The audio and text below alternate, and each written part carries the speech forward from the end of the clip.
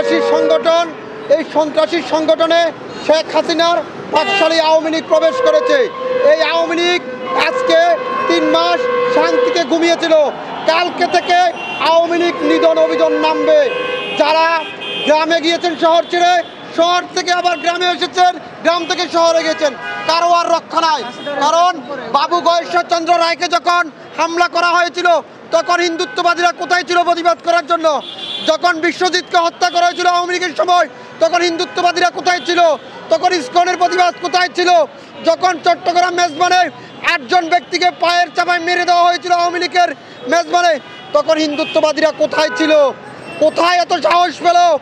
1971 সালের পরে বাংলাদেশে এই শ্রীরাম স্লোগান তারা আবিষ্কার করছে, তারা ইন্ধন দিচ্ছে।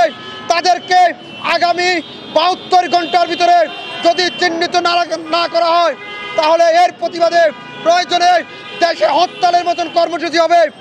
ভারতের পশ্চিমবঙ্গের একজন নেতা হুঙ্কার দেন বাংলাদেশের সীমান্ত অবরোধ করবেন।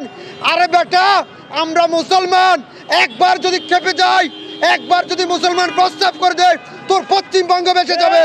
এটা সবসময় মাথায় রাখতে হবে। কারণ বাংলাদেশের মুসলমান ইস্পাতের চাইতে কঠিন।